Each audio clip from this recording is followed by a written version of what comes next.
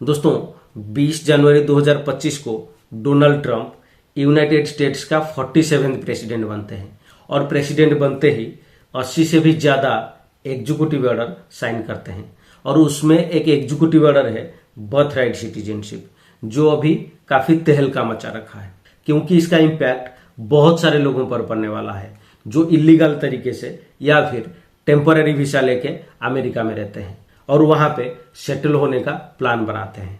तो इस वीडियो में मैं आपको इस बर्थ राइट सिटीजनशिप के बारे में बताऊंगा कि ये क्या है, डोनाल्ड ट्रंप इसे क्यों एक इशू मानते हैं और इसे फिनिश करना चाहते हैं और इंडिया के ऊपर इसका क्या प्रभाव पड़ने वाला है। तो दोस्तों यूएसए के कॉन्स्टिट्यूशन में बर्थ राइट सिटीजनशिप करके एक पॉलिसी है और ये एक ऐसी पॉलिसी है जो हर उस व्यक्ति को यूएसए का सिटीजन बनाता है जो वहां पैदा होता है। मतलब हर उस व्यक्ति जो अमेरिका की धरती पर पैदा होता है, धरती मतलब अमेरिका के बॉर्डर के अंदर, तो वो अमेरिका के नागरिक बनने का जन्म सिद्ध अधिकार रखता है।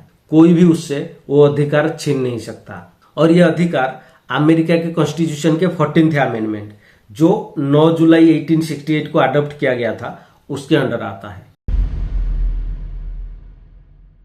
दोस्तों 1861 से 65 तक अमेरिका में सिविल वार चला और ये किस लिए हो रहा था? स्लेवरी को लेकर।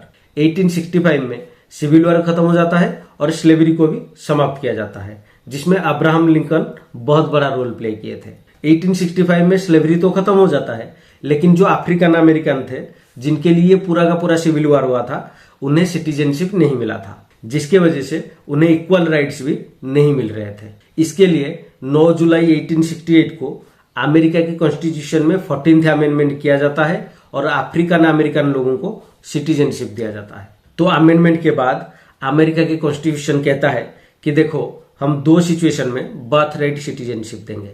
तो पहला है जूस सोली और दूसरा है जूस सांगुइनिज। तो अब जूस सोली क्या है? दोस्तों जूस सोली का मतलब है राइट ऑफ सॉइल या फिर लॉ ऑफ द सॉइल भी कहा जाता है इसको। मतलब अगर कोई बच्चा अमेरिका की मिट्टी में पैदा होता है तो ऑटोमेटिकली अमेरिका के सिटीजन बन जाता है, चाहे उसका पेरेंट्स कहीं से भी आए हो, वो अमेरिका से हो या किसी फॉरेन कंट्री से, वो लीगल तरीके से अमेरिका में आए हो या फिर इलीगल तरीके से, इससे कोई फर्क नहीं पड़ता, बस उसका बर्थ प्लेस अमेरिका होना चाहिए। अब दूसरा है जूस सांगुइनिज। अब जूस सांगुइनिज क्या है? जूस सांगुइनिज का मतलब है राइट ऑफ ब्लड, जिसे हम खून का रिश्ता कहते हैं। ये कहता है कि अगर कोई बच्चा जन्म लेता है और उसका पेरेंट्स अमेरिका के सिटीजन हैं तो वो भी अमेरिका के सिटीजन बनने का अधिकार रखता है, चाहे उसका बर्थ प्लेस अमेरिका के बॉर्डर के अंदर हो या उससे बाहर, इससे कोई फर्क नहीं पड़ता, बस उसका पेरेंट्स में से कोई एक या फिर दोनों अमेरिका के सिटीजन होना चाहिए।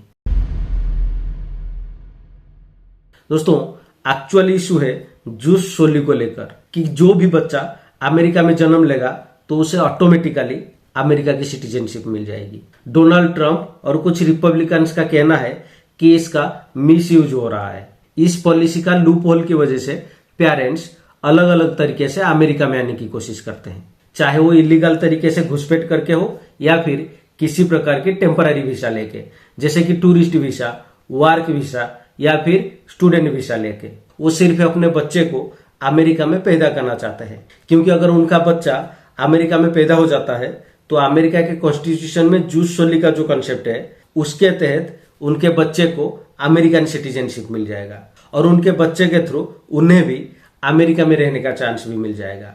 तो दोस्तों इसके लिए एक एग्जाम्पल देख लेते हैं। मान लीजिए एक फैमिली मेक्सिको से इलीगल तरीके से यूएसए आती है और वहां पे उनका एक बच्चा पैदा होता है, तो उस बच्चे को ऑटोमेटिकली अमेरिकन सिटीजनशिप मिल जाएगी, जिसके वजह से वो बच्चा गवर्नमेंट बेनिफिट्स का हकदार भी बन जाएगा और उस बच्चे के थ्रू उसके माँ बाप भी वहां पे सेटल हो जाएंगे। अगर ऐसे कई फैमिलीज सेम प्रक्रिया फॉलो करते हैं तो बर्डन किस पर आएगा? अमेरिकन गवर्नमेंट पर। तो डोनाल्ड ट्रंप यही कहते हैं कि ये देश पर एक्स्ट्रा बोझ है और देश के अखंडता पर खतरा है, इसीलिए डोनाल्ड ट्रंप इसे रोकना चाहते हैं। तो दोस्तों डोनाल्ड ट्रंप ने जो एग्जीक्यूटिव ऑर्डर साइन किया है उसमें 2 कैटेगरीज का मेंशन है। पहला अनलॉफुल प्रेजेंस। ये इलीगल इमिग्रेंट्स के लिए है। ये कहता है कि अगर एक बच्चा जन्म लेते समय उसकी माँ यूएसए में लीगल तरीके से नहीं रहती थी, यानी इलीगल इमिग्रेंट है, और उसके पिता ना तो अमेरिका के सिटीजन है और ना ही लॉफुल परमानेंट रेसिडेंट है, जैसे कि ग्रीन कार्ड होल्डर, तो उस बच्चे को ऑटोमेटिक सिटीजनशिप नहीं मिलेगी। मतलब उसकी माँ इलीगल इमिग्रेंट हो तो चलेगा, लेकिन उसके पिता अमेरिका के लीगल सिटीजन होना चाहिए। और दूसरा है लॉफुल बट टेम्पररी प्रेजेंस। ये उनके लिए है जो अमेरिका में टेम्पररी वीसा लेके एंट्री करते हैं। ये कहता है कि अगर एक बच्चा पैदा होते समय उसकी माँ यूएसए में लीगल तरीके से रहती थी, जैसे कि टूरिस्ट वीसा, वर्क वीसा या फिर स्टूडेंट वीसा लेके, लेकिन साथ में उसके पिता भी अमेरिका के लीगल सिटीजन होने चाहिए। अगर नहीं है तो उस बच्चे को ऑटोमेटिक सिटीजनशिप नहीं मिलेगी।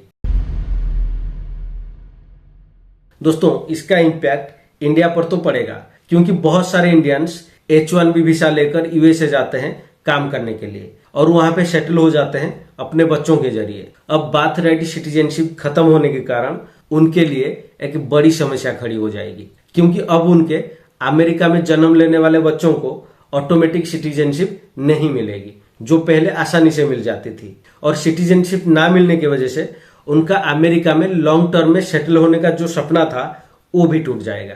और 18,000 लोगों का फाइनल लिस्ट भी बन चुका है वापस भेजने के लिए, और भारत सरकार इन्हें वापस लेने के लिए एग्री भी हो गया है।